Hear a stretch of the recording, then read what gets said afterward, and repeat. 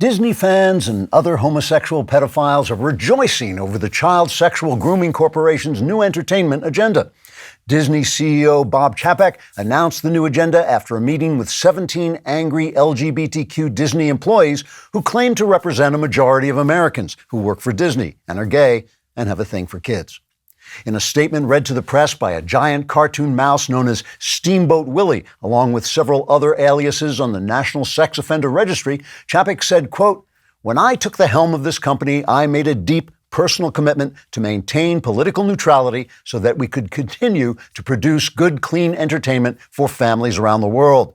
But after talking to a few angry nutbags, I've realized I'm a puling moral coward and will instead drag this entertainment empire into the flaming muck of demonic perversion and evil. I hope this won't keep anyone from visiting our famous amusement parks where many children have had a wonderful time without being molested. I would even say a majority of them, although of course that's just an estimate," unquote. Instead of producing fairy tales that delight the young with magical events and iconic characters, the new Disney will concentrate on introducing children to the concept of sexual difference in order to corrupt their innocence, confuse their morals, and induce psychosis so that they butcher their bodies and pretend to be the opposite sex for a few years before committing suicide. Florida Governor Ron DeSantis said he would introduce a bill to outlaw such pornographic Disney content in his state, but Democrats around the country came together and universally mocked the bill by calling it the Don't Say Gay, Pedophile, Corrupting, and Butchering Children So They Can Kill Themselves Act. Democrats hope this campaign for tolerance and diversity will inspire their one remaining voter to go to the polls in November, assuming he's been released by that time. In keeping with their new agenda, Disney will be changing the tone of their animated films. For instance, the next princess movie will be called Princess Hank and will feature the song Let It Go, Can't Hold It Back Anymore, sung by a guy wearing a raincoat and nothing else. Disney executives say a transsexual princess film will serve a great need within the company, which was running out of identity groups to pander to with their crappy pandering princess films. Disney employees will also be transforming the area of the park known as Fantasyland so that it'll now represent their fantasies instead of yours.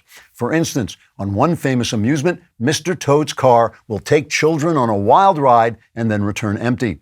It's a Small World After All will be renamed Hello Little Boy, Would You Like to Pet My Puppy? And children of all ages will be invited to enjoy the ride called Peter Pansexual, a joke I ruthlessly stole from Gerard Baker of the Wall Street Journal because it was too perfect not to use. The new Disney agenda will soon be introduced around the world, except in China, where the Communist Party prefers to keep their children mentally strong and healthy so they can grow up to invade America and crush and enslave the decadent pansies of the West, whereupon Disney will revert to clean family entertainment. Or else. Trigger warning, I'm Andrew Klavan, and this is The Andrew Klavan Show. I feel hunky-dunky, life is tickety-boo. Birds are winging, also singing hunky-dunky-doo. Ship-shaped ipsy-topsy, the world is zippity-zing. It's a wonderful day, hurrah, hooray! It makes me want to sing. Oh, hurrah, hooray! Oh, hooray, hurrah! All right, we are back. I was hoping to move on from the culture wars today, but I just can't because some of the folks on the old right, the pre-Trump right, are saying such stupid stuff that will really hand our children over to these predatory leftists, and we don't want that to happen. Thank everybody for buying The Truth and Beauty. It made it up to 64 on the Amazon list, which makes it the best-selling book about Jesus and the British Romantic poets in all of human history. It's now on sale. You don't have to pre-order it. Please go on and get it. If you haven't gotten it yet, I don't want you to go to hell for all eternity, and this will save you. I just want to read you a couple of the reviews, very brief. One on Amazon, which said, I have never read a poem outside of grade school and do not call myself a follower of Christ, but this book has put me on the cusp of reading and belief. I got this letter from a lady named Sarah, very intelligent lady. I had a brief exchange with her because I wanted to ask her permission to read part of it on the air. She skipped to the back and read the epilogue. And this is what she said. She said, I read the epilogue 3 times and cried and couldn't help but say aloud, Jesus, the truth, beauty, thank you, and God bless you. Powerful reactions. buy The Truth and Beauty. It's on Amazon. I don't know if we can get it higher than 64. It's starting to sink now a little bit, but if you can get it up there into the, into the top 10, it will be an official miracle. They will actually rewrite the Bible on your behalf. Also subscribe. They won't rewrite the Bible for this, but please subscribe to the podcast, wherever you get your podcast. Apple Podcasts is good. Leave a 5-star review. That's extremely helpful to the show.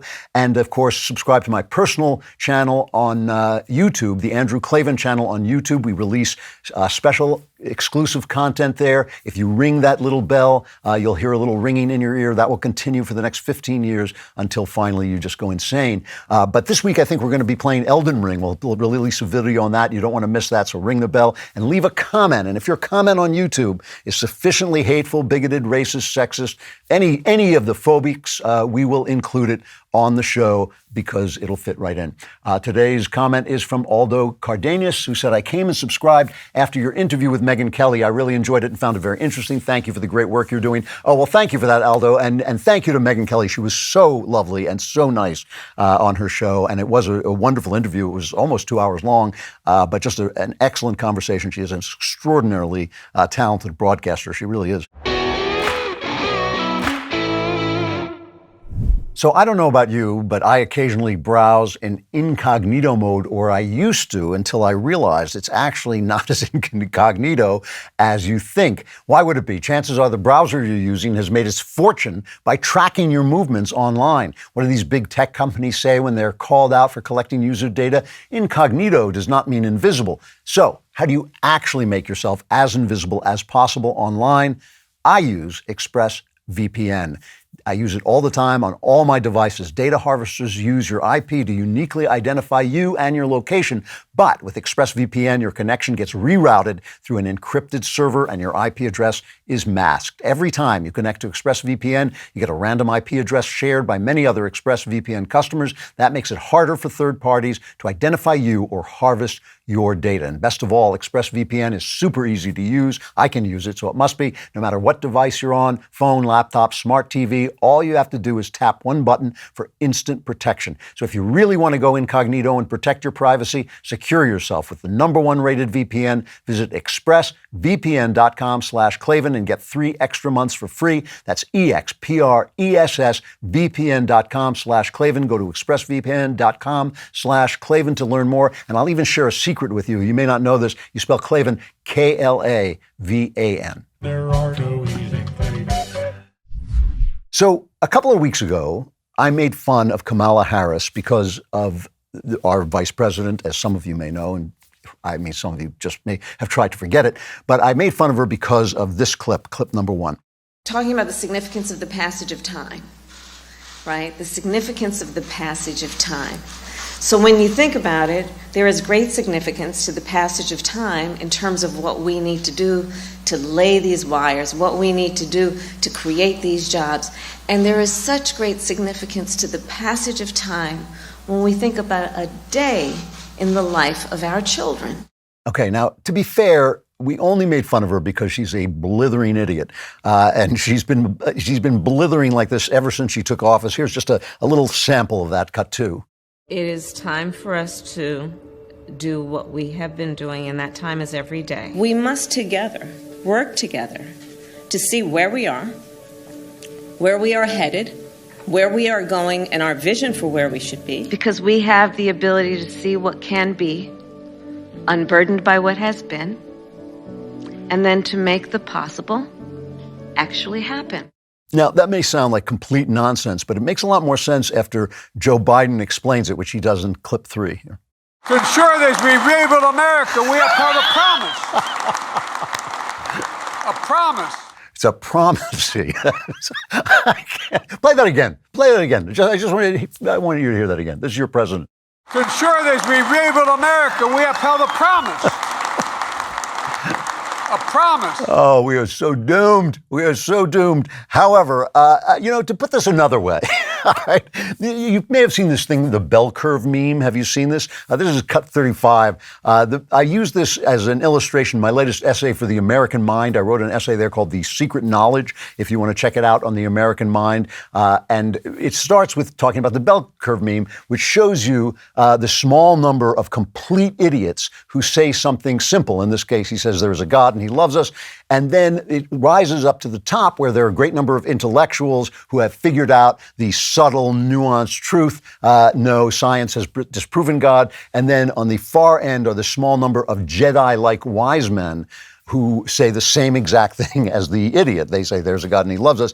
And that tells us, it reminds us that sometimes the stupidest person on earth and the wisest person on earth are saying the same thing. And that is why I want to talk about what Kamala Harris was saying, the great significance of the passage of time. Last week, we pointed out a trick that the left has used to make headway in destroying our culture, which is this making it invalid to use generalization. So if I make a generalization about women, everybody says, well, I'm not like that, as if a generalization wouldn't have many, many exceptions. It does. If I say motherhood makes women happy and some woman who doesn't want to be a mother gets upset, as if that generalization is somehow a personal insult. And they've used that to make the abnormal normal and the normal abnormal. And I think it's important to talk about these tricks because if you look back, I mean, I think it's pretty clear over the last 60 years, we have lost every single cultural battle. When I was young, marriage was more or less unbreakable. There was really I remember the first time somebody got divorced in my neighborhood. I was in my late teens and it was shocking. Children behaved fairly well and remained in their gender.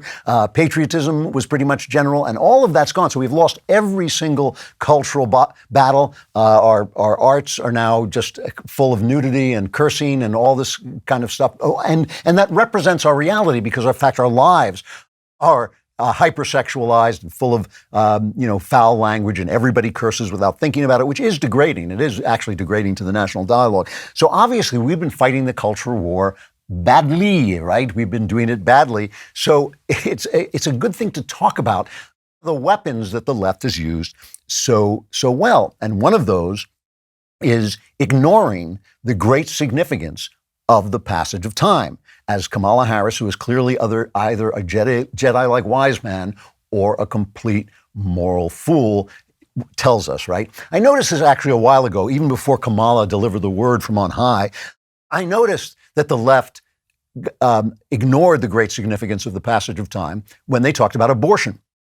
There can be no excuse, no argument for killing children if you accept that they're human beings, right? The only real question about abortion is whether a baby in the womb is a human being and therefore has a right to life. And obviously it is human, it is a being, and it does have a right to life. But if you're an intellectual at the top of that bell curve, right, and you see the nuances, the little shaded places, you start to do this. Here is Peter Singer. Now, Peter Singer's a famous man. He's a professor of bioethics at Princeton University, right? This is no slouch. And I will tell you my personal non-medical opinion of Peter Singer is I believe him to be a psychopath. I think he is actually out of his ever-loving mind. But he's a very respected teacher. Steven Pinker cites him and says he's an enlightened mind. And he believes that not just abortion is allowable, but also infanticide. And here's a quote from him, okay? This is this brilliant, Princeton bioethicist. He says, I use the term person to refer to a being who is capable of anticipating the future, of having wants and desires for the future. I think that it is generally a greater wrong to kill such a being than it is to kill a being that has no sense of existing over time. Newborn human babies have no sense of their own existence over time, so killing a newborn baby is never equivalent to killing a person. That is a being who wants to go on living. That doesn't mean that it is not almost always a terrible thing to do. It is, but that's because most infants are loved and cherished by their parents. And to kill an infant is usually to do a great wrong to her or his parents. So in other words, it's not the actual killing of the baby because the baby can't anticipate anything and so can't want to live. So we confer value on a child by loving it, which is exactly the position, by the way, I held when I was argued out of my position many, many years ago, a story I've told before. But Singer argues, but what happened was the fellow I was arguing with argued that there was great significance to the passage of time, that the baby has no sense of time, and yet whether he senses it or not, He lives in time as we all live in time. We can't kill a man who is asleep, even though in that moment that he's asleep, he is not capable of anticipating the future. In the moment he's asleep, why can't I kill him? The answer is obvious, because eventually he will wake up. He lives in time even when he can't feel the time that he's living in because he's asleep. He will eventually wake up. And guess what will eventually happen to that baby? He will be born. He will live. He will love his mommy and daddy. He will learn things. He will become an individual. He will have a career. He will have a wife, a child, assuming it's a guy. He will move on into adulthood. All those things will happen over time. You have no right to stop that. But Peter Singer just avoids the great significance of the passage of time. And another way the left ignores the great significance of the passage of time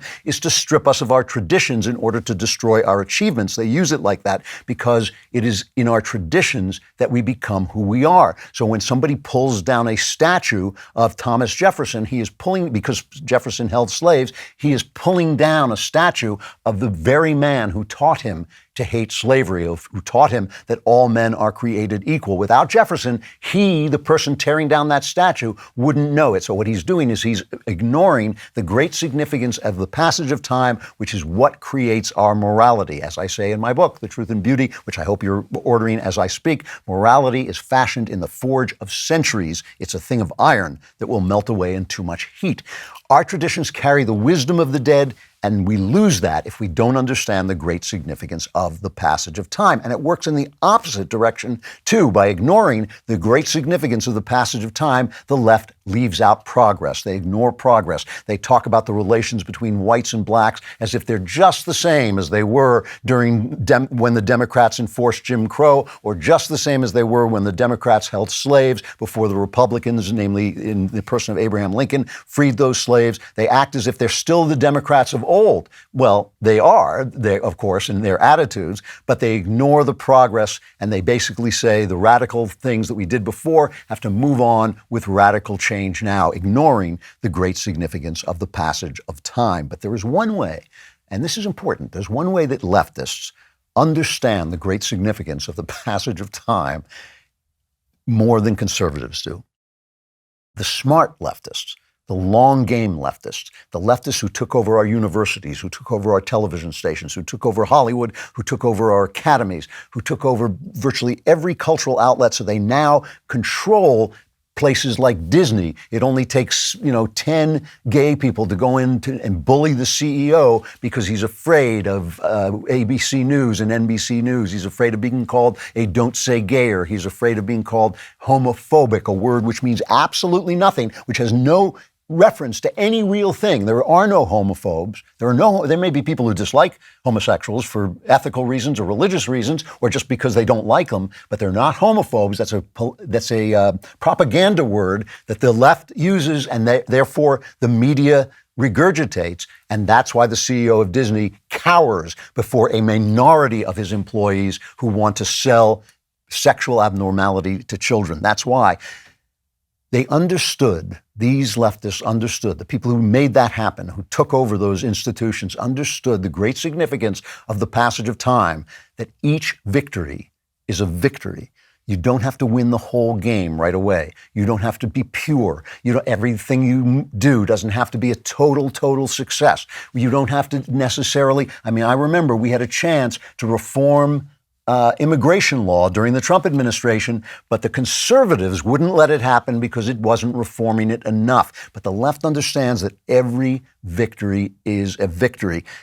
These guys did not undermine our culture overnight. It took them 60, 70 years. We're not going to take it back overnight. We have to win each game. We move the ball downfield. Sometimes the guy we elect isn't perfect. Sometimes he makes mistakes. You support him if he's moving the ball downfield. If he's not a Mitt Romney type who's just actually doing nothing, he's just kind of he looks like an old-fashioned Republican, but he's actually just a Democrat in drag. If he's not that guy, but some of these guys are just moving the ball a little bit. You got to take it. Every victory is a victory. And that is, you have to put your faith in that. You have to put your faith in the future. You have to put your faith in God. And you have to put your faith in the great significance of the passage of time.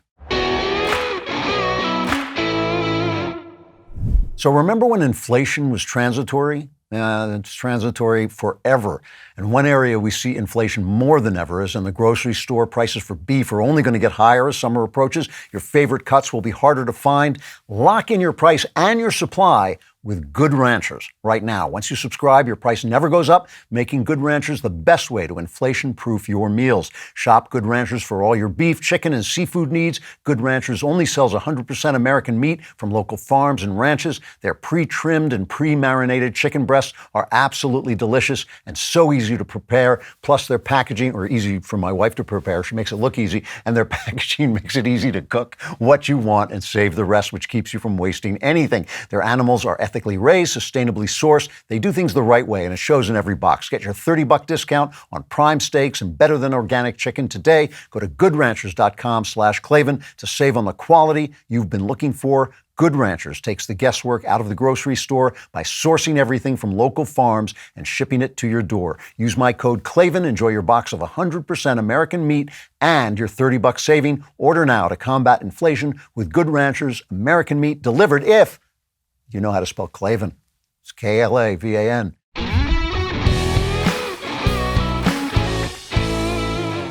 So we're talking about losing the culture war, how to lose the culture war, at least how not to win it. And I go out of my way not to attack conservatives, not to attack Republicans even, because of Reagan's 11th commandment, thou shalt not attack your fellow Republicans. I think we have to work together. I think we have to accept that we need some rhinos in the purple states and all that stuff. I'm not a purist in any sense.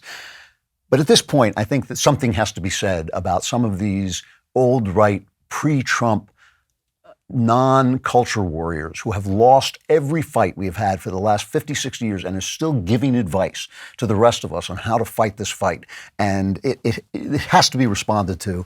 This is what's happening in Florida, in the media throughout this country is a vicious attack on the sexual formation and the consciousness formation of our children, who are our charges given to us by our God, and they are not there. You know, Thomas Sowell likes to say that sometimes the issue is not right or wrong, but who decides. And it's very clear who decides. It's not Walt Disney Company. It is not any big corporation. It is not the teachers in school, some of whom may indeed be groomers who actually took those jobs to get their hands on children. That's the way it looks to me from some of them on TikTok, some of the crazy things they say on TikTok. It's not the government. It is the parents. So that's what we're talking about. We're talking about parental rights, and it's true no matter what. I don't care whether somebody dresses up as a woman. I really don't. But when he tells me that I have to call him a woman and refer to him by his stated pronouns, and I have to lie about my sense of reality, then it's my business. That becomes my business. You know, I've always talked highly. I've worked with so many gay people, had friends with gay people. Obviously, my son is gay, but they separated from the pedophile portion of the gay community when they were fighting for marriage rights. And these guys are still out there. This is still a problem in the gay community as pedophilia. Not all gay people are pedophilia, not the same thing, but these guys are, and they have no right to get their hands on our children. This is about parental rights, all right? So David French. Now, I've joked about David French that he is now so wrong that even the commas in his sentences are incorrect. But to give David his due, he was attacked viciously by some of Trump's supporters. I think some of his kids are black, and I think he just was attacked in ways that, in my humble opinion, were unchristian, un-American, unmanly. They were unforgivable. And I don't blame David for being angry. But you know how a few weeks ago I was saying to you, if you get so angry that all you do is react to other people, that they've won. And a lot of people got angry at me about that. They were saying, well, you're kind of, condescending to my anger. I have a right to be angry. I know you have a right to be angry. I understand. I understand how hard it is to let your anger go. Believe me, I understand. It's not like I'm talking without experience of these things. I'm telling you that in order to fight the fight that you need to fight, you have to let the anger go so they don't define who you are, and they don't define the battlefield. And I think David French has gotten so angry that at Trump that he has lost his way. He has lost his way. And so he now says, he tweets this, he says, that, I reacted to the "don't say gay" meme, which has nothing to do with the Florida bill, keeping these teachers from grooming children. I reacted by saying, okay, groomer, right? That was my joke. I don't know if I made that up. I don't know if I said it first. I actually don't. Somebody else could well have said it first. I'm not taking credit for it, but I made it up from my point of view. I didn't hear it from anybody else.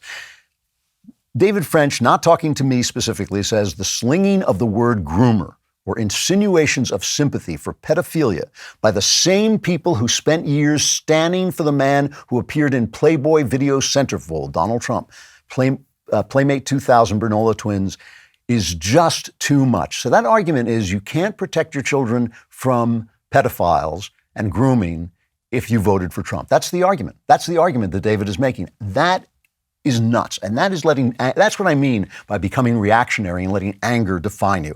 This is what they are doing in these classrooms. These people who are complaining, I don't get to tell children about my boyfriend.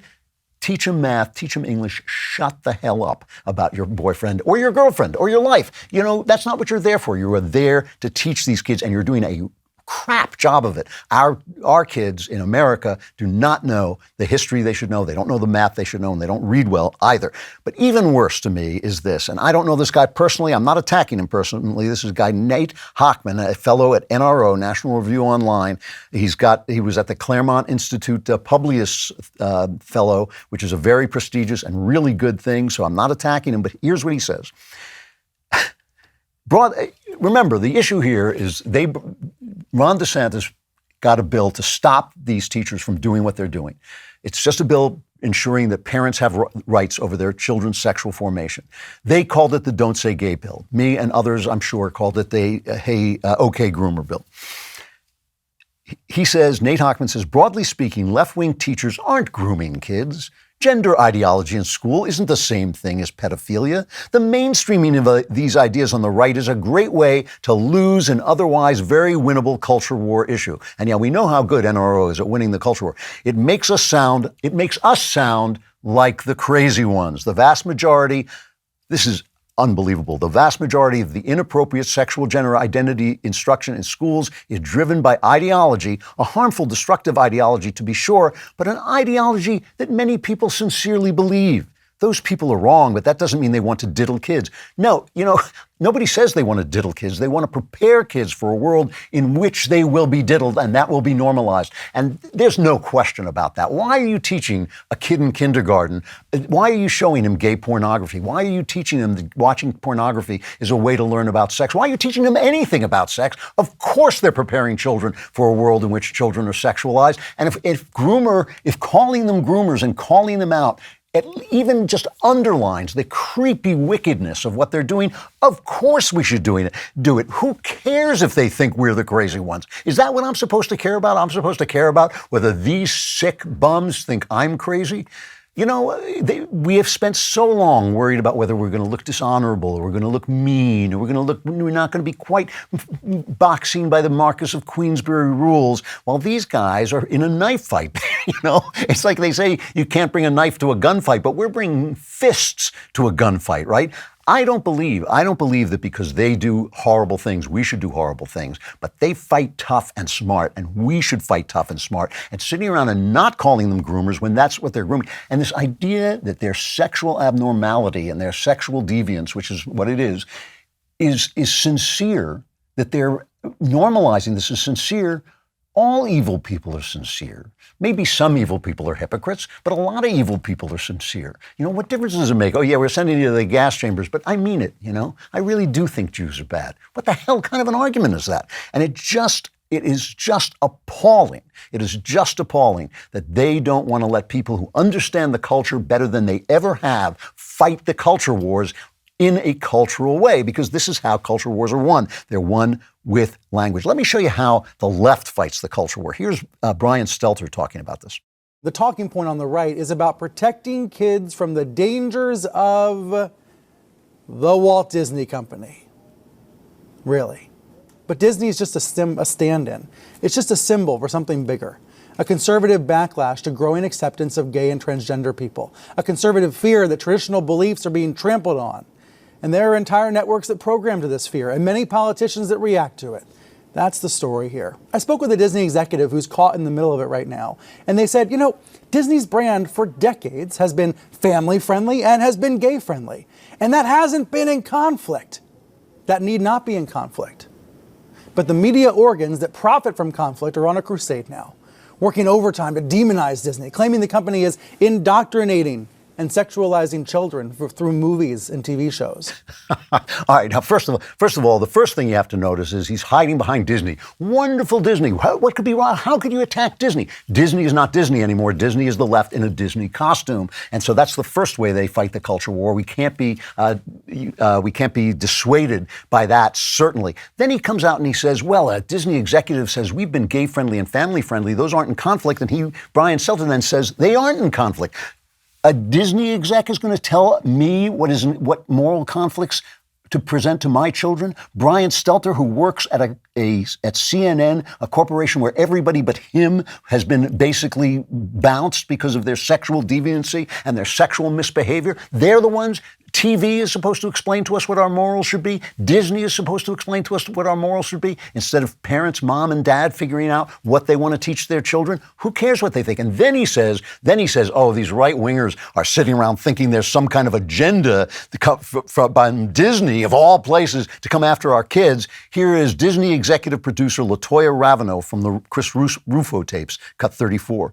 Our leadership over there has been so welcoming to my not at all secret gay agenda. And so I feel like I felt like it was, maybe it was that way in the past, but I guess something must have happened in the last, they are turning it around, they're going hard. And then all that momentum that I felt, that sense of, I don't have to be afraid to let's have these two characters kiss. Let's in the background, I was just wherever I could, just basically adding queerness. Why do we think they have an agenda? Okay, groomer. I shouldn't say that because I might interrupt, she might interrupt grooming our children for gayness and queerness with, by thinking that I'm crazy. I don't want to do that. Here's an article from the New York Times that tells you exactly where all these people stand. It is a wonderfully, wonderfully dishonest, but possibly self-deceived. It's possible that the person isn't lying. The writers Jill Cohen, Sean Hubler, I don't know if that's one person or two. It says, flurry of new laws move blue and red states further apart. Now, I just want to point out that you get tomorrow's news today on the Andrew Klavan Show. I told you this was going to happen, that we are going to have a moral separation, not just a economic separation in the states, and that's a good thing, and it will speed up. It will speed up if the court has the guts to overturn Roe v. Wade.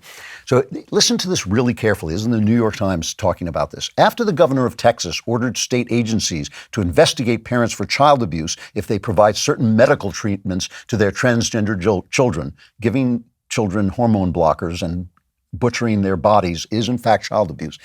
California lawmakers proposed a law making the state a refuge for transgender youth and their families, taking away a parent's rights and taking away the child's rights, certainly. When Idaho proposed a ban on abortions that empowers relatives to sue anyone who helps terminate a pregnancy after 6 weeks, nearby Oregon approved $15 million to help cover the abortion expenses of patients from out of state.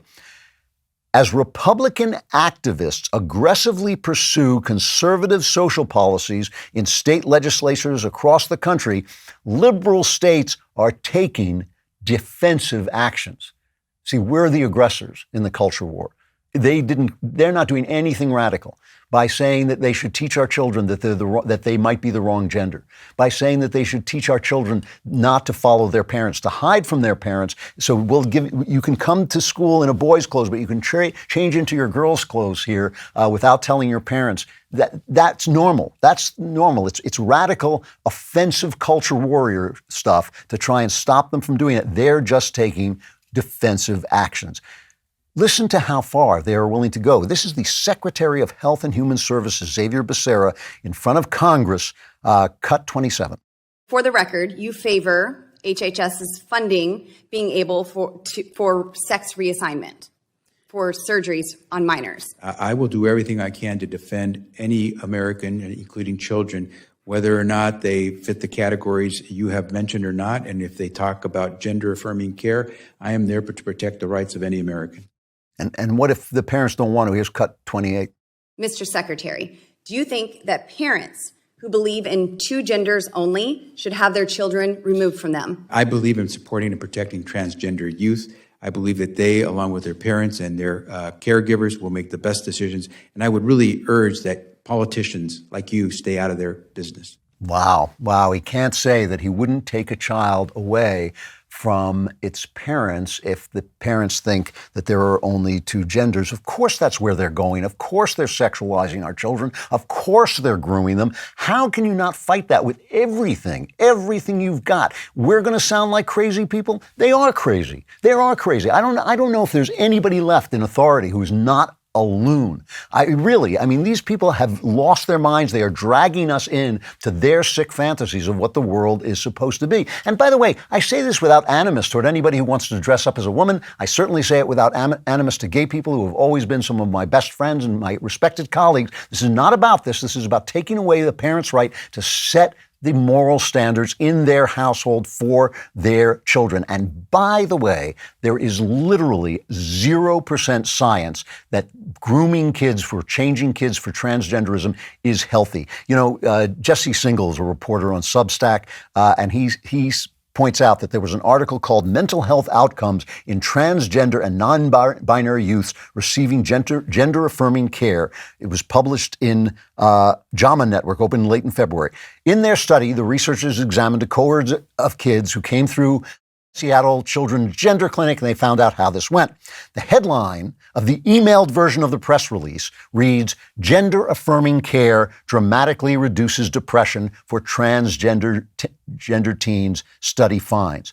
But when Singal goes into the study itself and looks at the numbers, he finds that that is entirely untrue. Among the kids who went on hormones, there isn't genuine statistical improvement here from baseline to the final wave of data collection. At baseline, 59%, 60% essentially of the treatment-naive kids experience moderate to severe depression.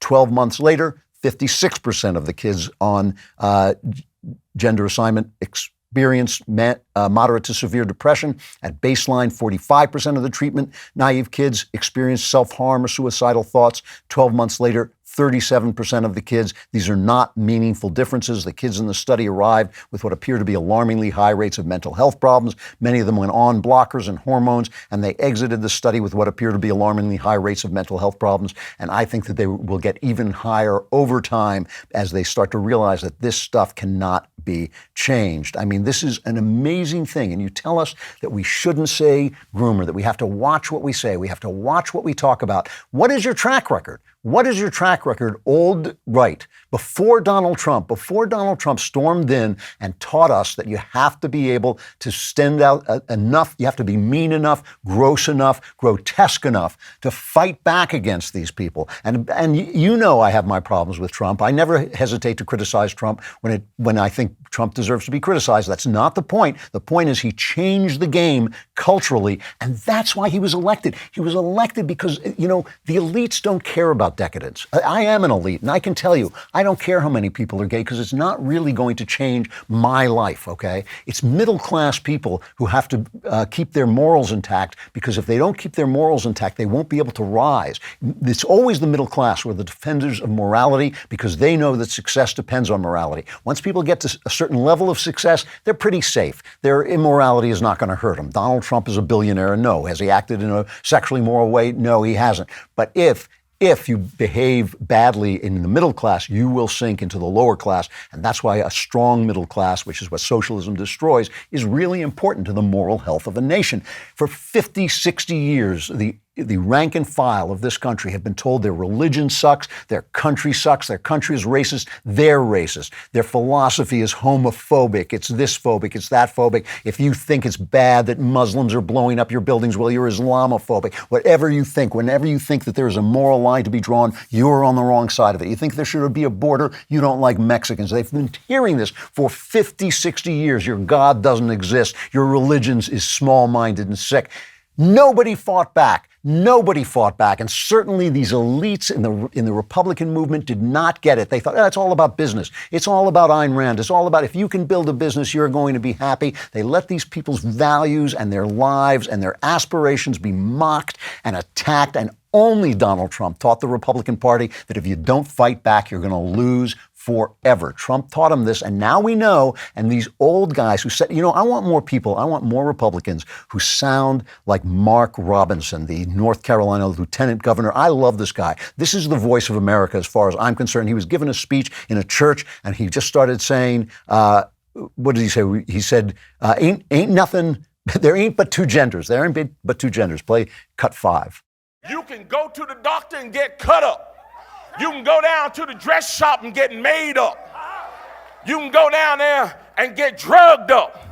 But at the end of the day, you were just a drugged up, dressed up, made up, cut up man or woman. You ain't changed what God put in you, that DNA. I don't care, because it's time for us to stand up. Now, I'm not afraid to stand up and tell the truth about that issue. They're dragging our kids down into the pit of hell, trying to teach them that mess in our schools. Tell you like this, that ain't got no place at no school. 2 plus 2 don't equal transgender. It equals 4. You need to get back to teaching them how to read instead of teaching them how to go to hell. I'll take this guy over Nate Hochman and David French any day. I really will. He's the voice of America to me. You know, this is the way. We cannot be afraid to say what we say. We cannot be afraid to know what we know. We cannot be afraid to point them out and call them out for what they're doing. And guess what it is? It's grooming. Okay, groomer. All right, by now, if you've been listening to this show, you already know that Ring makes a doorbell that lets you talk to anyone who comes to your house, no matter where you are. You probably also know at this point that Ring makes an alarm that is an award-winning home security system with available professional monitoring when you subscribe.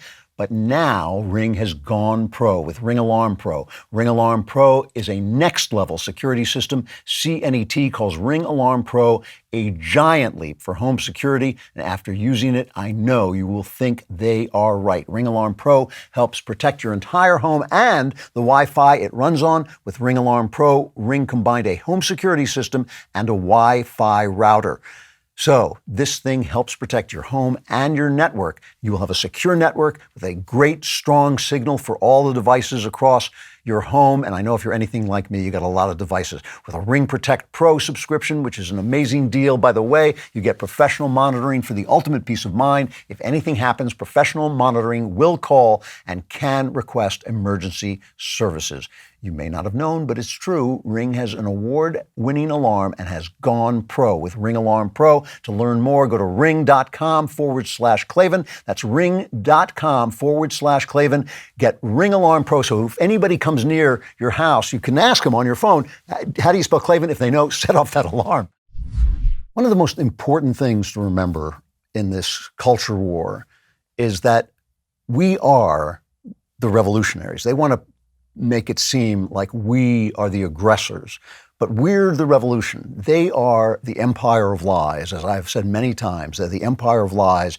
We are the Continental Army popping up from behind trees and rocks and firing at the massive wave of redcoats as they come in. And this has been true for a long time. The only difference now is that some of us, it's apparently not all of us on the right, know we are in a fight. We are in a fight with scurrilous, dishonest, corrupt, not just corrupt people, but corrupt institutions. This is the important thing. When an institution is corrupt, when an entire profession like American journalism has become corrupt, you yourself can be a tremendously nice person and you will still be corrupted simply by acting within the framework of this corrupt institution.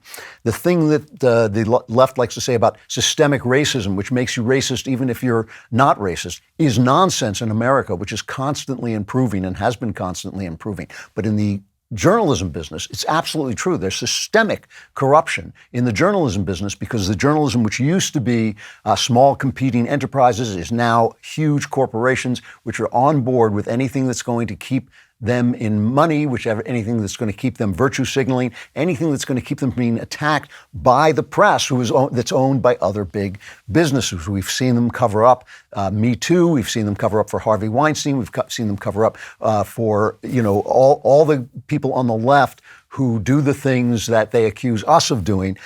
This Hunter Biden laptop story that is now continually coming out is a huge story, and we know it was suppressed during the election, during the Trump-Biden election. it was not just suppressed, but remember, even though the New York Post did a good job of bringing it out, it was Senators Chuck Grassley and Ron Johnson who started to bring it out in Congress. And Kim Strassel writes about this in the Wall Street Journal today. When they came out to talk about it in Congress about what this meant, that Hunter Biden was peddling influence and that this laptop seemed to connect Hunter Biden with Joe Biden, the big guy who seemed to be getting some of this money and was certainly in the know about some of this stuff, despite the fact that Joe Biden was lying about whether he was in the know. Here's what Kim Strassel writes. Panicked Democrats defaulted to the scurrilous claim that the Republican senators were spreading Russian disinformation. Top Democrats, including Nancy Pelosi, Chuck Schumer, Mark Warner, Adam Schiff, top Democrats on the House and Senate Intelligence Committee, in July 2020 publicly released a letter to the Federal Bureau of Investigation expressing worries that Congress had become, quote, the target of a concerted foreign interference campaign, that they were spreading Russian disinformation. So now it comes out that no, this is legit. The New York Times says it's legit. I don't know why we should let this former newspaper confirm the good work that the New York Post did, but even they are admitting it. I suspect they're admitting it because an indictment is coming down the pike and they don't want to get caught, with nothing but their pens in their hands when this happens, still claiming that all of this is nonsense. So now they hold a conference at I think it's at the University of Chicago. It's hosted by Atlantic Magazine. It's called Disinformation and the Erosion of Democracy. And Anne Applebaum is there. And this is important, okay, because Anne Applebaum was a fine journalist. She was an excellent journalist. She wrote wonderful books. I think she was Polish-American or maybe possibly Polish and became American.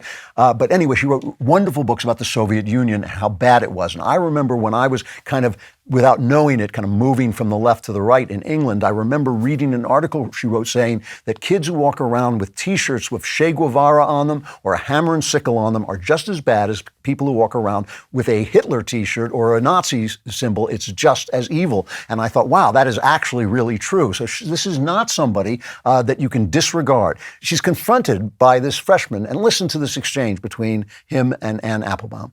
So in 2020, you wrote, those who live outside the Fox News bubble do not, of course, need to learn any of the stuff about Hunter Biden, referring to his laptop, of course. A poll later after that found that if voters knew about the content of the laptop, 16% of Joe Biden voters would have acted differently. Now, of course, we know a few weeks ago, the New York Times confirmed that the content is real. Do you think the media acted inappropriately when they instantly dismissed Hunter Biden's laptop as Russian disinformation? And what can we learn from that in ensuring that what we label as disinformation is truly disinformation and not reality? My problem with Hunter Biden's laptop is I think totally irrelevant. I mean, it's not whether it's disinformation or, I don't think the Hunter Biden's business relationships have anything to do with who should be president of the United States. So I don't find it to be interesting. I mean, that would be my problem with that as a major news story. It's not interesting. The young man's name is Daniel Schmidt, obviously very promising, and he's going to be working here at the Daily Wire. And of course, after that, his career will be over. Now, I want you to think back to the idea of the old reporter in the snap brim hat in the movies with the press card, right? Because I was a reporter back in the day, right? I was a newspaper man. I was just talking to an old friend of mine, one of my oldest friends who was a newspaper man with me. And we were saying, if we even saw somebody walk into the sheriff's office who was involved in government, we started thinking, why is he in there? We were curious about everything because we knew that corruption was everywhere. Here is a story. Here's a story. The president of the United States was writing letters recommending that the children of highly placed Chinese government officials Joe Biden, for Hunter Biden, was writing letters of recommendation to elite schools. This is part of what the Chinese call elite capture. They were capturing Joe Biden through Hunter Biden. That's not interesting. I'm bored. I'm bored by that story. This is a good journalist who has been corrupted by being in this corrupt environment. So now we know they will not just lie, they will not just suppress, they will not just censor, but they will then lie and suppress and censor after the fact. They will continue to say, they'll gaslight us and continue to say, that's not an interest. The president of the United States' son is influence peddling and he was involved with it and some of the money may have been gone to him. I'm not interested in that story. I'm not interested in that story.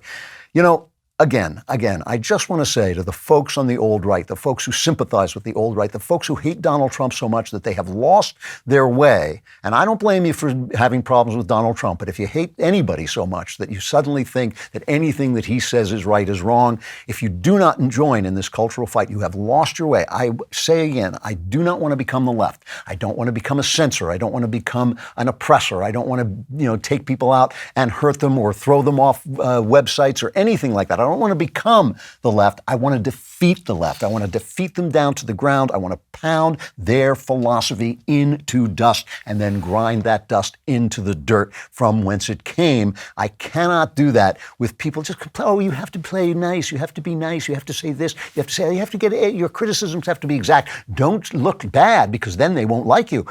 Nonsense. I want this thing destroyed. It has hurt this country badly. It is now after our children. It has to be stopped. I know what you're thinking. You're thinking, I'm lonely and I can't go see anyone because my car's not running. Well, you can solve both problems at once by saying rockauto.com. When you say rockauto.com in that deep, growling, manly voice, women come out of the woodwork. They love that stuff, and they know that you can get all the parts you need to fix your car right on your computer. You don't have to go sit in your car and pretend to drive down to the car parts store and talk to some schnook who isn't even there because you're not really there because your car's not running. You can just go on rockauto.com and get the parts you need from all kinds of manufacturers at a price you can afford. Prices at rockauto.com are always the same, whether you're a do-it-yourselfer or a pro, and you've got a wide selection. It is an easy-to-use catalog. They've been doing this for a very long time. So say rockauto.com. You'll probably find a girl and your car will be running. Go to rockauto.com right now. See all the parts available for your car or your truck. Write Klavan in there. How did you hear about us box so they know how I sent you. They know I sent you, and they'll know I sent you if you say it that way. If you say Klavan, Klavan. There are no easy things. So with the book coming out, The Truth and Beauty, I forgot to put it up. It has to be here constantly to remind you of itself because, you might forget to order it on Amazon. And then, of course, you will go to hell. So you don't want to do that. But it's The Truth and Beauty, How the Lives and Works of England's Greatest Poets Point the Way to a Deeper Understanding of the Words of Jesus. It came out this week. On Tuesday it was published, and it has been a big week for me. I got to tell you, it has not been an ordinary week. It has been extraordinary. I have been talking. You can hear my voice is a little worn out. I have been talking ceaselessly. I've been talking to really some wonderful broadcasters. I mean, I talked to Megyn Kelly, I mentioned before, Charlie Kirk. I was on Timcast with Tim Pool. He was terrific. A great group over there. Really fun to be there. And again, Megyn was just as lovely as she could be to me, just really nice. And we had a great conversation about the book. But it's hard work, and I love doing it. I was happy to do it, but it took me away from my usual work, which is writing. And I was out there kind of going from place to place. I was at a lot of religious outlets and was writing other things for other religious outlets. And it's tiring and it's involving, but it's not the thing that I normally do. And in the middle of this, because of this, I'm going to indulge myself a little bit and let the cultural section be a little bit personal this time and a little bit more about me and about The Truth and Beauty. Because in the middle of all this, in the middle of one interview after another, and some days I didn't even go outside. I didn't even get out of my chair a couple of days. I certainly missed lunch, I think, 3 days during the week. And, as I was going, the one thing I did have to do is I had my piano lesson. I think I've mentioned before that I'm taking piano. And I'm not trying to learn how to really play the piano well. I'm just trying to learn how to tinker with it and kind of understand it and kind of understand music more. And I love learning new things, but I also love music and I love playing the American Songbook. And I have a wonderful teacher. I just think she's absolutely great. And I noticed that when I sat down to do my 20 minutes of practice, because that's all I could fit in, how happy I became. I was suddenly incredibly peaceful and happy. And I was thinking about that. And I was just remembering for a minute how much I love the arts, how deeply I love the arts. And I've told you before that all your joy comes from love, not that's not true of me, it's true of everybody. And the things that you love, the bigger they are, the more joy you get. So, I love doing puzzles. I get a little joy from that. And when you love people, when you love God, you get immense joy. The arts are somewhere in there, up toward the high end. And I just love music and painting, and especially, of course, storytelling, writing, films, TV, all the ways that we tell stories. And the reason I love them so much is because they are examples of the theme of the truth and beauty, which is the collaboration between our souls and God's creation, our souls being the part of God's creation that continues creation. And one of the chapters in The Truth and Beauty is about the meeting, or the important meeting, between Wordsworth and Coleridge. Wordsworth had been a radical during the French Revolution.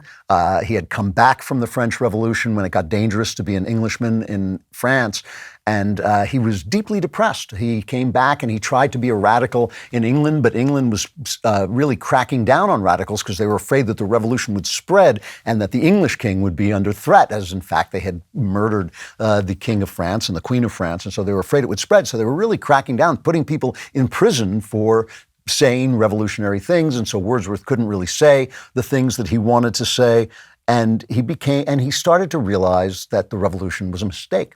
And he was one of the few, just like today, that nobody on the left wants to say, oh, socialism was a mistake. It's about time that somebody said that they just threw out that idea, but nobody wants to say, oh, the Soviet Union fell, oh, Cuba is enslaved, oh, Nicaragua was enslaved, all because this philosophy is wrong. Nobody wants to say it. They keep reselling it. It's not liberalism, it's leftism. It's not leftism, it's progressivism. Nobody wants to just say it's wrong. Well, Wordsworth did say it was wrong, and he was depressed. He thought, now, what do I do? And he wasn't a great poet at the time. He wasn't any kind of a poet at the time. He wanted to write poetry, but he wasn't writing poetry. And one day, he looks up, and hopping the fence to his house where he's living out in the country is Samuel Taylor Coleridge, the most brilliant man alive. And they spend the next year walking in the hills around this part of England.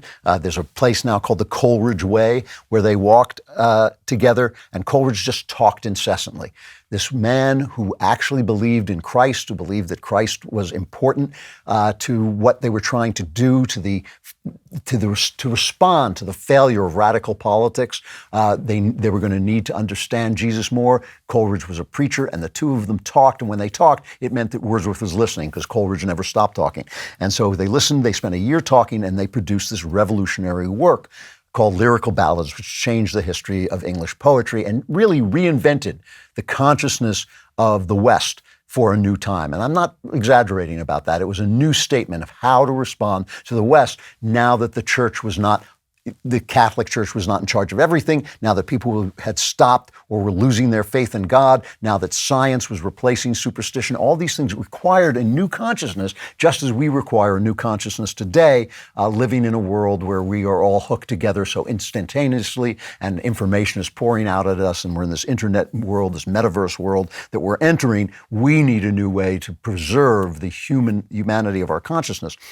What Coleridge believed is he believed that the imagination, which was a technical term, I'll explain it in a minute, the human imagination was a repetition in the finite mind of the eternal act of creation in the infinite I am, right? It was a representation in the repetition in the finite mind of the eternal act of creation in the infinite I am. So the infinite I am, God creates the world, and our minds, made in his image, continue that creation through our finite minds. And Wordsworth ultimately came to believe this, and it's what made him the great poet that he was. It was talking to Coleridge that made him the great poet that he was. And years later, Wordsworth would write that through interaction with our mothers, through the great spiritual act of motherhood, not just giving birth, but nurturing your children, bringing your children into individuality. This is why I speak of it so highly. He said that was what made you an agent of the one great mind.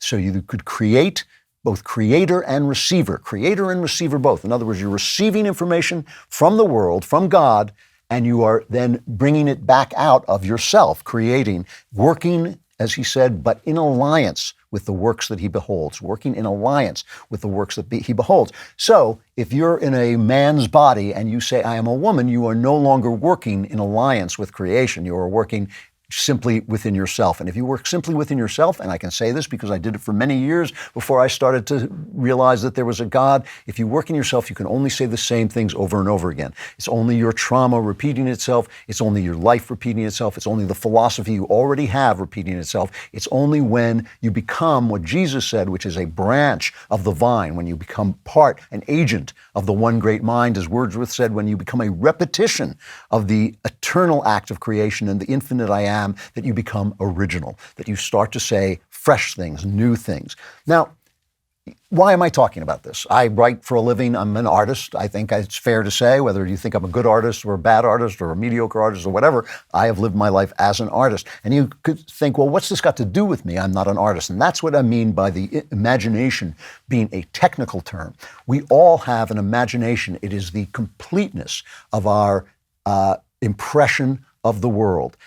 It is the complete experience that you are having is your imagination. When you walk down the street, no one has had that experience before. Not one person ever has had that experience before. Not one person ever will have that experience again. The experience of you walking down the street. And so you are creating the world. You're not creating it on your own. You're creating it in alliance, right, with the one great mind. You're creating it as an agent of the one great mind and as a repetition of the one who created it to begin with. So you have to see it clearly. You have to see it realistically. But once you see it clearly and realistically, and we're just talking about walking down the street, right? Once you see it clearly and realistically, it becomes something original because it's yours. Nobody has ever felt that way before. No one has ever noticed that flower in the crack in the sidewalk before. No one has ever looked into your child's eyes and loved them the way you loved them before, or your wife's eyes, or your husband's eyes.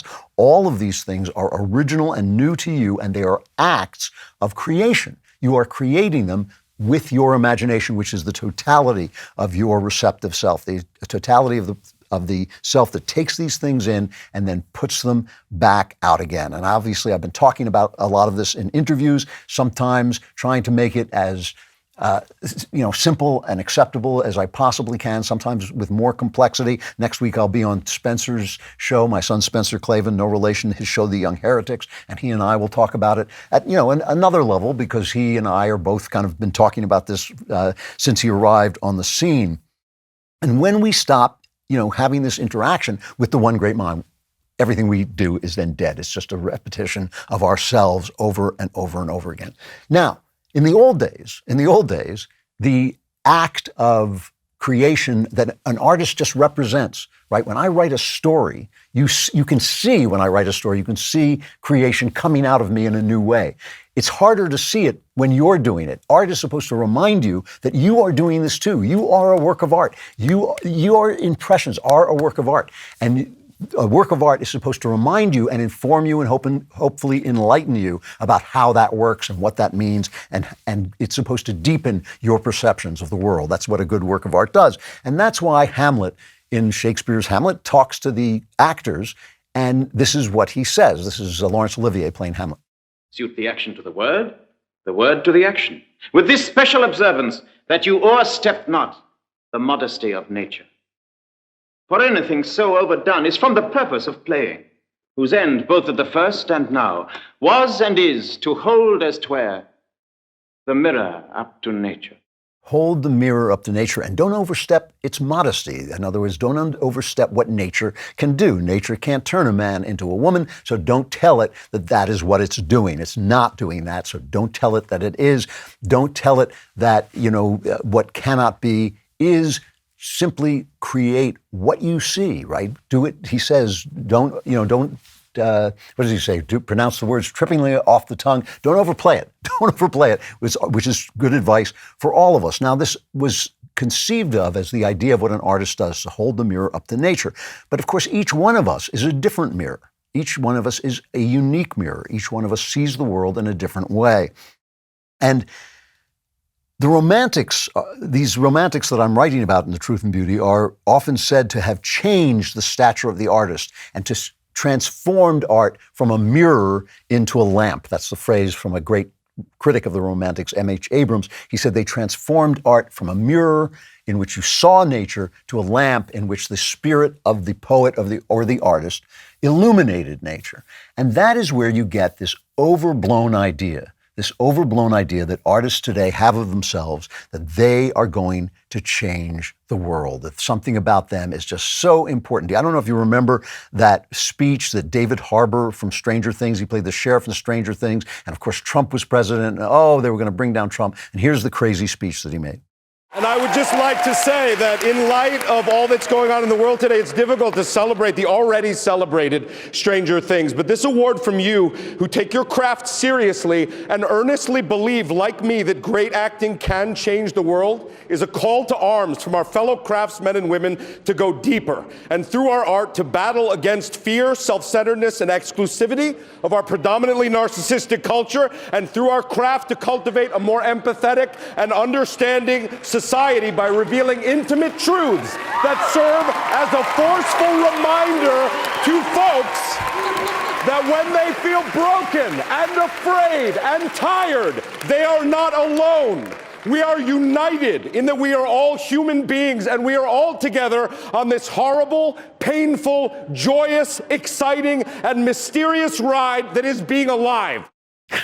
You're an actor. You're an actor. You read other people's lines, hopefully convincingly. You know, you really, all of these people have to return back to Socrates, who, when he was told there was no man wiser than he said, everybody's wiser than me because I don't know anything. And he went to all the famous people who thought they were wise, and he realized they didn't know anything. And of the poets, he said, the poets showed me in an instant that not by wisdom do poets write poetry, but by a sort of genius and inspiration. If you are not a branch of the vine, if you are not hooked into God, if you are not being honest about what God is telling you, if you're not being honest about creation, you ain't creating anything. You ain't creating a life. You ain't creating art. You're not doing anything, and you are not changing the world at all. I love the arts. I am become disgusted with artists because they think they are more than what they are. We are not creators. We are bearers of fruit when we are branches of the vine. I love the arts. The arts will come back. They are in a terrible, terrible lull because of this leftist stupidity, but they will come back. I hope this is my little contribution that will help other people love the arts and see that the arts are a repetition in the finite mind of the act of creation of the infinite I am. All right, well, usually at the subscriber break, as we call it, we like to talk about some of the things that are going on at the Daily Wire, and this week's break is an ad for The Truth and Beauty, which I've been talking about and will talk about throughout the show, so I won't go into it again, except to say thank you so much to all of you who have already bought it, to all of you who will buy it, and also to the God King Jeremy and all the folks at the Daily Wire for the support they have given this book, to Ben as well. They don't have to do it. The Daily Wire isn't making money off my books, but they do it anyway as an act of love, and I so appreciate it. I cannot tell you. The book is The Truth and Beauty, How the Lives and Works of England's Greatest Poets Point the Way to a Deeper Understanding of the Words of Jesus. If you haven't bought it, please do go on Amazon or wherever you get your books and buy it. You will like it. It will change your life for the better.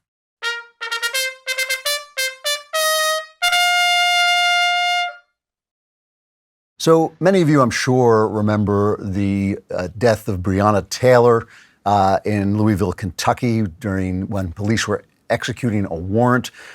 She was shot. There followed the usual protests and riots.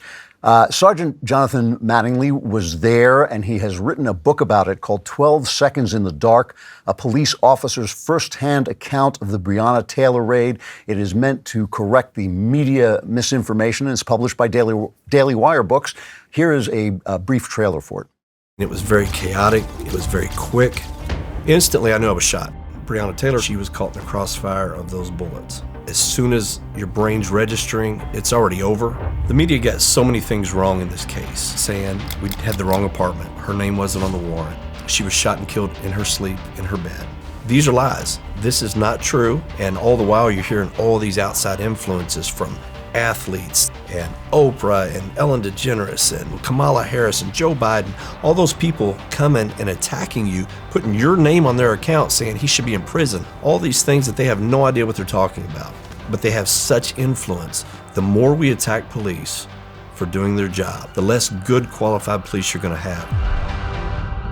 When you read 12 Seconds in the Dark, you will find out the truth of what really happened the night of the Breonna Taylor raid.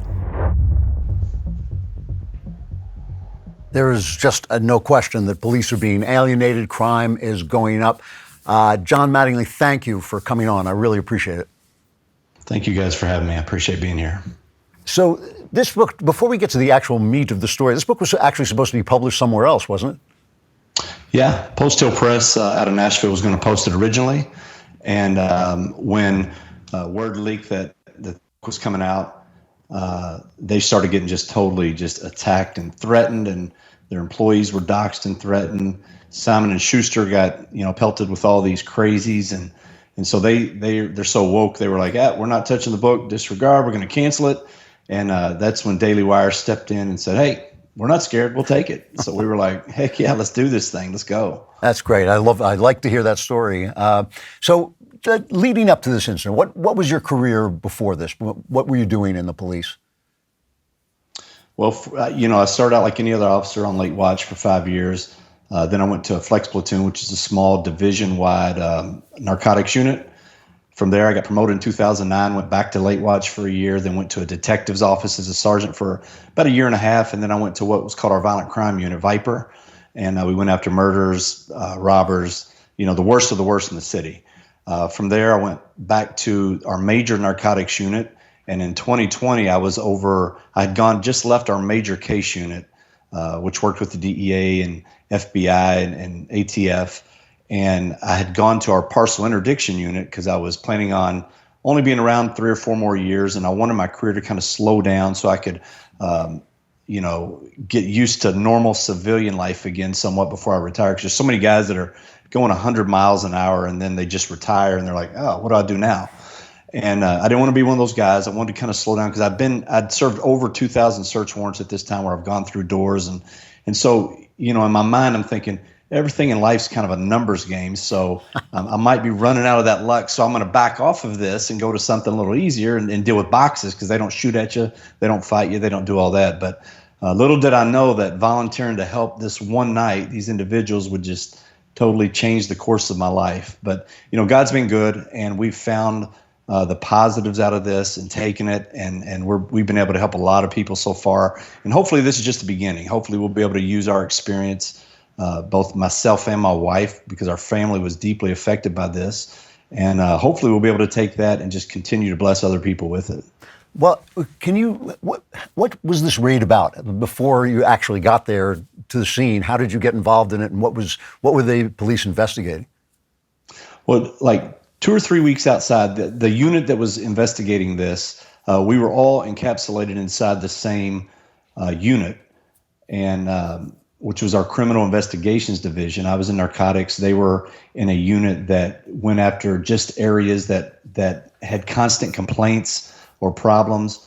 It was a program we had just started. The department just started based out of a program from Cincinnati. It was place-based investigations. They were going after just individual targets, very precision-like. So they had been working on this for about 2.5 months. They were going to serve 5 warrants that night, which when you do that, it entails a large amount of bodies. So it's manpower intensive. And so they needed other units. So they reached out. I was already working that day and working up until about the time of the brief that was scheduled. So I said, hey, I'll help. Doesn't matter. I'm already out. I'll pitch in and help. And so this group was selling heroin, fentanyl, methamphetamines, a little bit of weed, but the main thing was their hardcore drugs. And we had a ton of deaths, just like nationwide. In 2020, there was over 100,000 overdose deaths from these exact type drugs, especially the fentanyl-based products. So we were out there to help them try to clean up some of the streets of Louisville by getting this organization put out of business. And unfortunately, Breonna had been dating one of the guys off and on for several years that was one of the main or the main player in this organization. Now, do I think Breonna Taylor was ever physically taking narcotics, handing them to people and receiving money? No. But I do believe, and we do know, that she was holding money for these groups, for these individuals. She was using her place of residence. We don't know what was in those packages, but there were packages delivered there that Jamarcus Glover would show up. They've got pictures of him going in with nothing, coming out with packages, and going straight to the trap house, which is the house that they sold. It was a couple of vacant properties on Elliott Avenue that they would take their narcotics and sell it all day long to these junkies and spread havoc on the neighborhood, and then they would leave. They would go back to their home and sleep. And so Brianna was tied into it in a way. I don't know if she was being used. I don't know if she voluntarily did it. I know her family background and makeup was one of chaos and not very healthy. So I think she was just kind of falling into those same footsteps. So when you use the phrase a trap house, that's the place where the business is going on. Nobody's living there. That's an actual drug den, essentially. Correct. Yeah, it's just a rundown piece of property that they can come in and basically squat at. Okay. Now, I think one of the guys may have been renting it, but properties in that area rent for $400 or $500 a month. And when you've got a cash business like they had, that's nothing to them. But yeah, it's a place that people come and they had raided these particular houses a couple times prior to this, and every time gotten large amount of narcotics, several weapons, illegal weapons that these guys that are all felons weren't supposed to have. Jamarcus Glover had actually just been locked up at that address in January of 2020 for guns and narcotics, and Breonna Taylor bailed him out and used her address as his address. So there was a bunch of tie-ins. People ask, well, why did y'all go to Breonna Taylor's house? Well, she was part of the organization. She may not have been out there slinging the dope, but she was still part of the organization. There's always behind-the-scenes people, and she just happened to be one of them. So were you raiding the trap house, or were you raiding her apartment? Well, all of them. There were 5 warrants that night. Got it. There were 3 of them served simultaneously, the 2 on Elliott and the 1 on Springfield, which was Breonna's location. And so while SWAT was hitting the ones on Elliott, we were in charge of the one on Springfield because it was supposed to be originally it was signed as a no-knock, but once they realized they had a tracker on Jamarcus Glover's vehicle, they had a ping on his phone, they were getting eyes on him as they located where he was through those devices, and they realized he wasn't going to be at Springfield, he was going to be down on Elliott. So therefore, it took the elements of a no-knock, and they were no longer valid. We could still have done it because it was signed by a judge, but ethically, it wasn't the right thing to do, so we didn't do it. We went back to the normal knock and announce. We were actually asked, hey, since we think she's there by herself, give her extra time to come to the door. Because typically it's about 10 seconds, you're banging, announcing police search warrant before you have to physically force the door open. We gave her about a minute, and we didn't have any luck, and that's when we were forced to enter because SWAT simultaneously was hitting Elliott. And the problem, people say, well, why didn't you wait till the morning, to go there? If she was by herself, if she wasn't a, quote, physical threat, why didn't you wait? And the answer is pretty simple if you understand the game, because the word of mouth, the ghetto net, now with the internet, everything travels so fast that while we're hitting Elliott, she's going to be getting phone calls on Springfield saying, hey, they're hitting your boy's house. It just happens every single time. And so therefore evidence would have been moved, evidence would have been destroyed. So that's the way these operations work. Well, that's already a very different description than the description I remember reading at the time, which was essentially you served a no-knock warrant on this apartment where people were just sitting around eating popcorn and watching Netflix. Describe the raid. What did you experience that night? Well, when we went up to the door, the whole night, by the time we went to do the raid, it was Friday the 13th. It was raining. It was a full moon. I had ran across these young EMS drivers that were there in case anything went wrong, and my kids were older than them, and I'm looking at them going, and I actually told one of the guys on scene, I said, I hope these guys aren't the guys saving our lives if something goes bad. Well, there they were. Yeah. So we pull up to the door, we go up, there's 7 of us in this stack, which usually even on these type apartments, there's 10 to 12, but we were just, we were drained manpower wise. So we acted with what we had. 7 of us were at the door. 2 of us were on the left side of the door. The rest were on the right side of the door because we were in a breezeway, which was very small, had a metal staircase going up to the right of the door. So you couldn't fit a lot of people in there safely because tactically you cannot stand in front of a door because there's been so many instances where people just shoot through the door while somebody's banging on the door. So I'm standing to the side, I'm banging, I'm yelling police search warrant, super loud.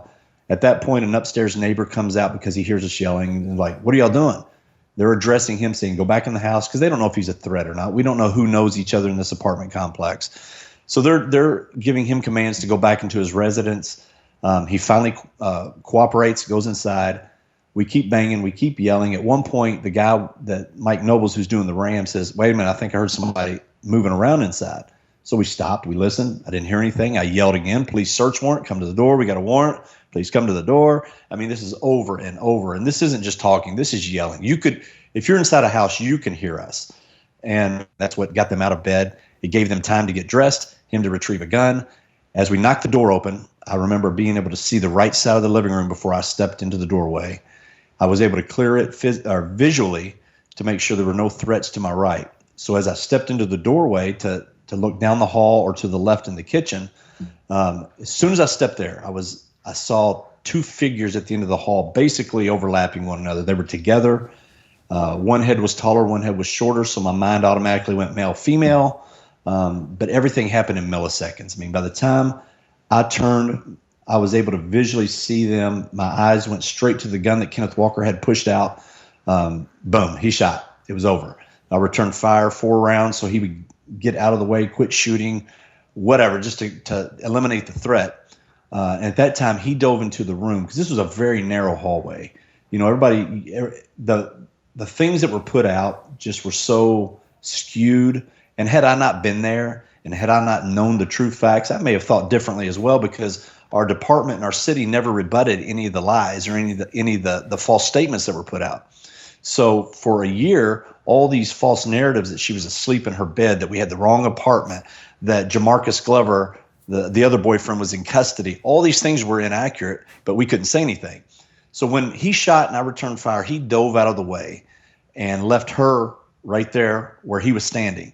So unfortunately, she tried to follow him into the bedroom and receive the rounds that were coming down range. And, it was tragic. It was sad that it happened. Nobody wanted it to end that way. We thought, I mean, you never want to let your guard down, but you're thinking, I'm going to a female's house who has no criminal history. Doesn't mean they've never committed crimes, but doesn't really have a criminal history. So this should be fairly easy is what you're thinking.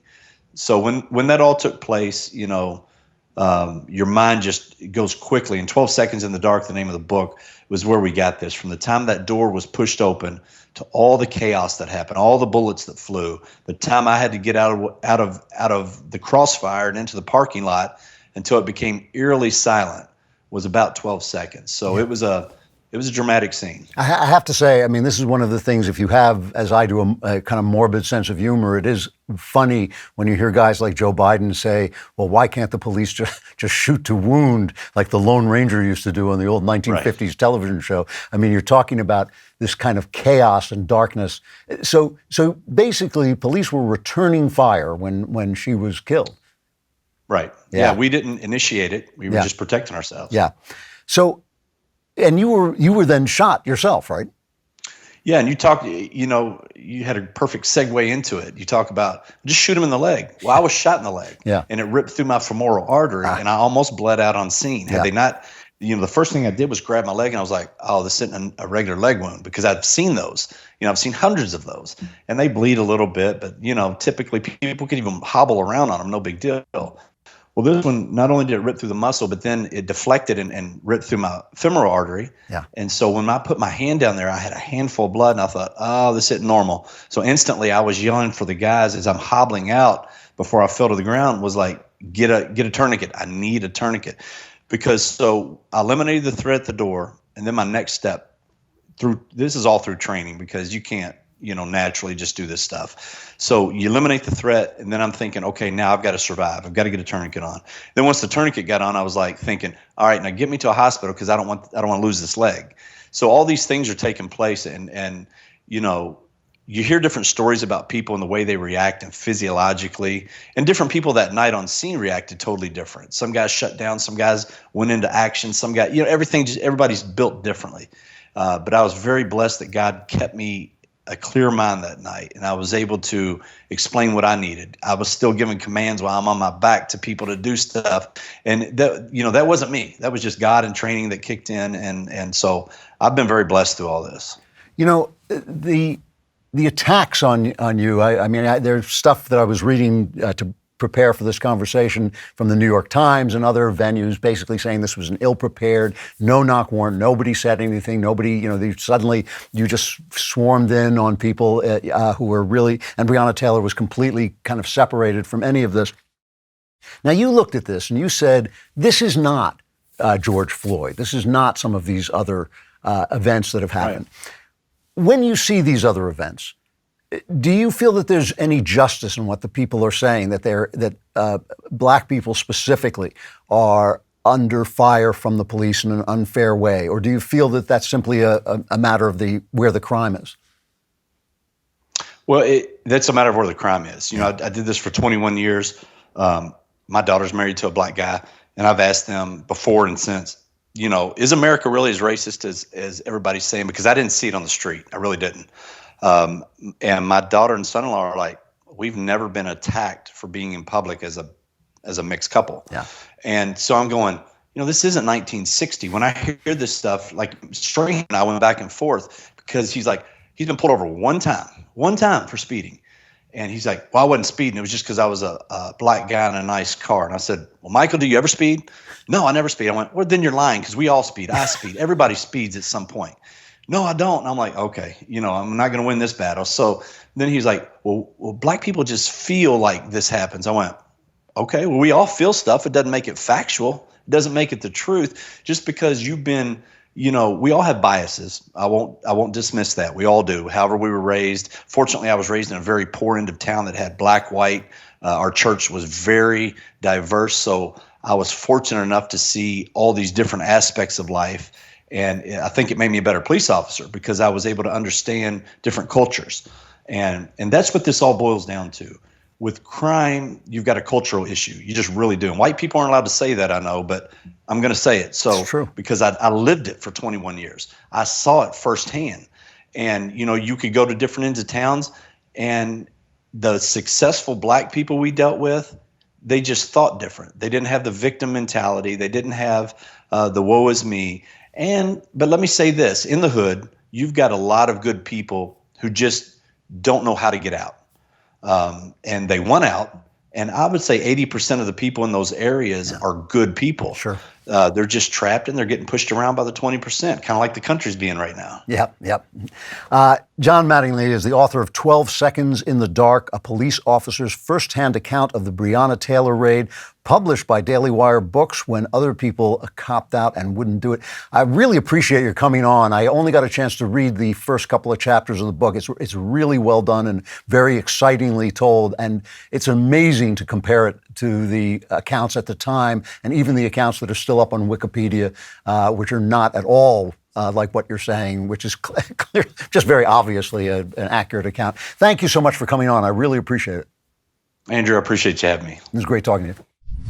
So about this time, some of you may be smelling something strange. It kind of smells like rotten eggs. It's sulfur, and that is because the Klavanless week is approaching, and so there will be, you know, sulfuric fires and brimstone and wailing, gnashing teeth, broken glass. You know the whole thing. And you know, those of you who have survived it before, you're not going to survive it again. But before we get there, there is hope. We will solve all your problems, so you will enter your final week just feeling great.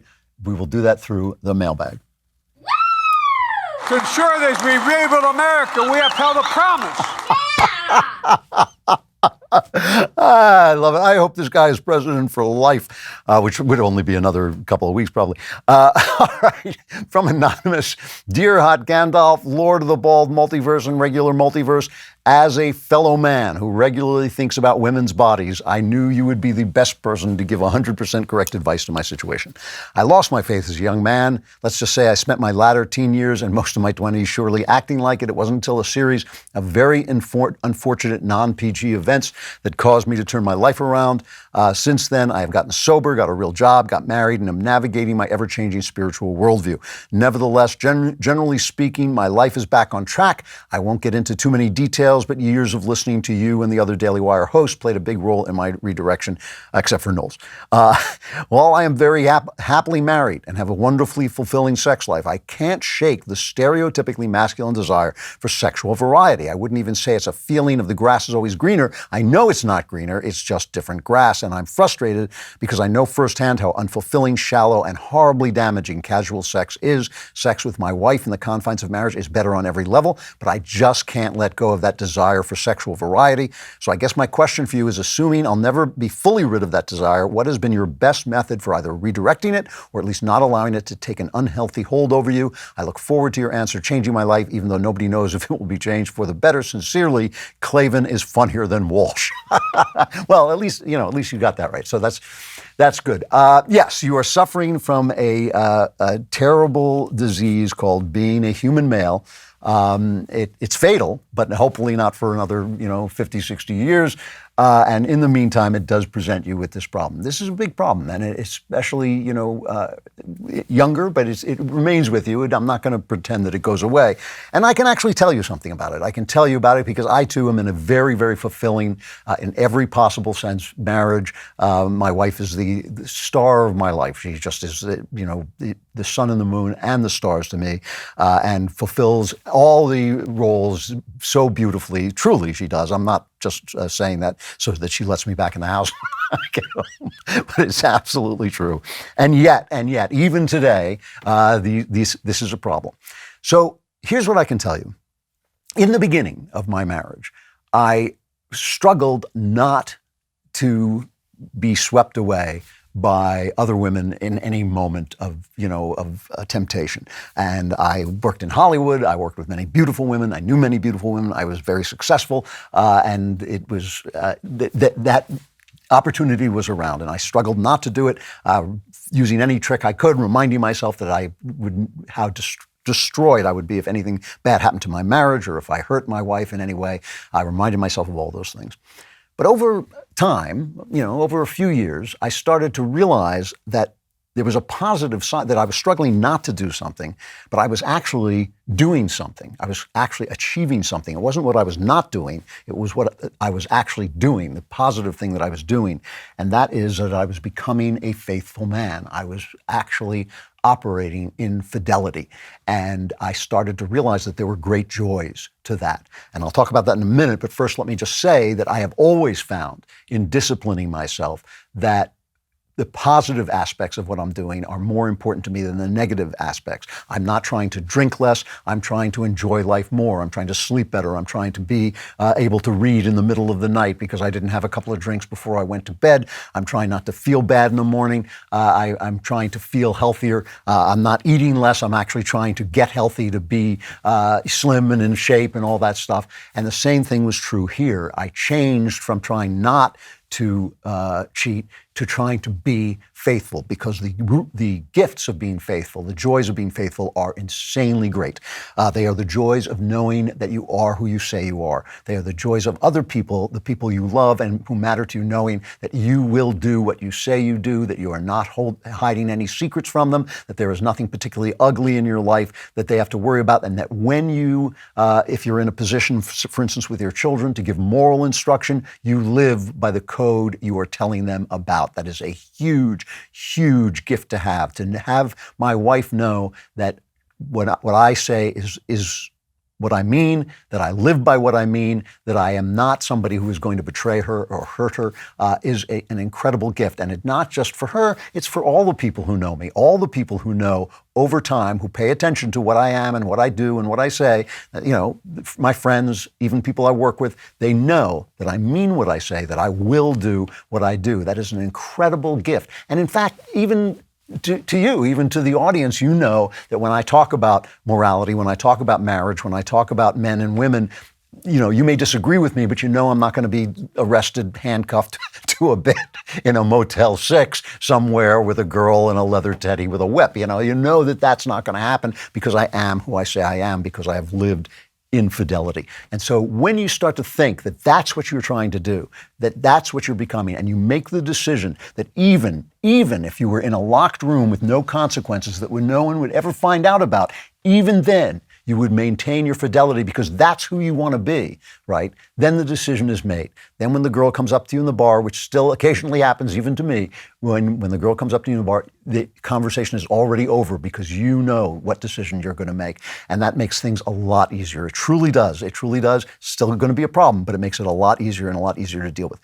From Carrie, dear Mr. Klavan, we had our second child this year. Both our children have suffered unforeseen, unrelated, rare health conditions. I'm sorry about that. The new babies may cause care issues throughout his life. It's been hard for me. It's affecting my faith. I understand free will allows people to do bad things to others, but illness in children is hard to rationalize. Even the ancient rabbis couldn't figure this out. It is just a terrible, terrible thing. I find it difficult not to blame myself, even though I did all the things I was supposed to.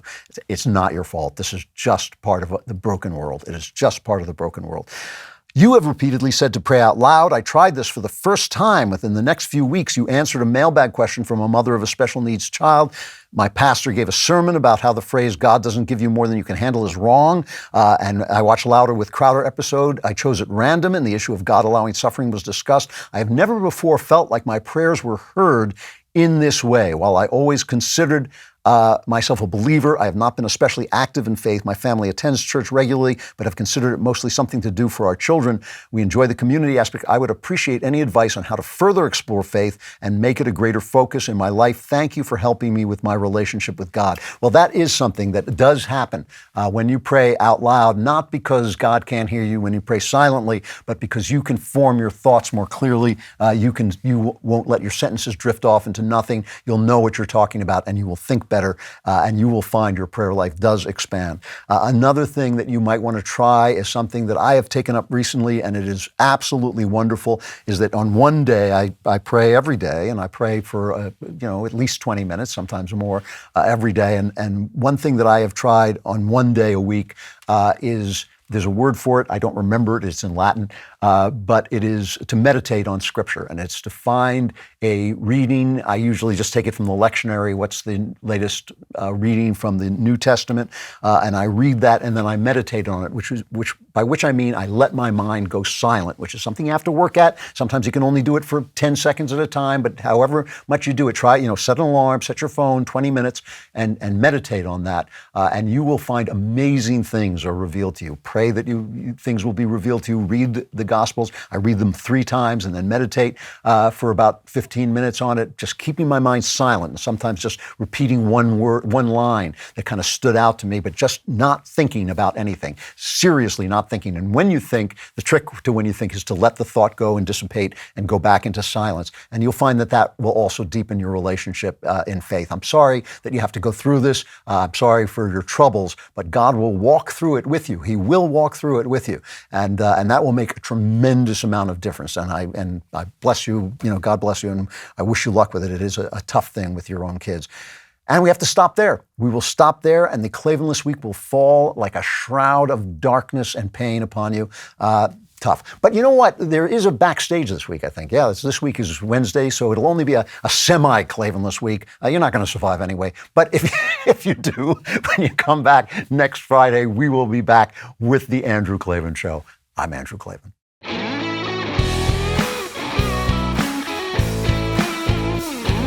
The Andrew Klavan Show is produced by Lisa Bacon.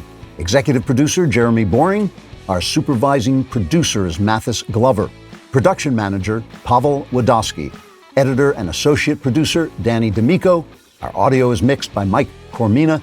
Animations are by Cynthia Angulo. Hair and makeup is done by Cherokee Hart. Our production coordinator is McKenna Waters. And our production assistant is Jacob Falash. The Andrew Klavan Show is a Daily Wire production. Copyright Daily Wire 2022. Today on the Matt Walsh Show, the latest on the murder of 5 infants by an abortionist serial killer in D.C. It's a story that the corporate media, the local government, federal government has decided to completely ignore, but we're not. Also, Judge Jackson is confirmed as the first black woman Supreme Court justice, and also the first Supreme Court justice who can't define the word woman, a historic occasion indeed. Plus, mainstream media journalists hold a seminar on disinformation, but things don't go as they planned during the Q&A portion. And American Airlines has an exciting new aviation invention, buses. In our daily cancellation, what the hell is a biromantic asexual? It's the latest LGBT innovation, and it, of course, makes no sense at all. We'll talk about all that and more today on The Matt Walsh Show.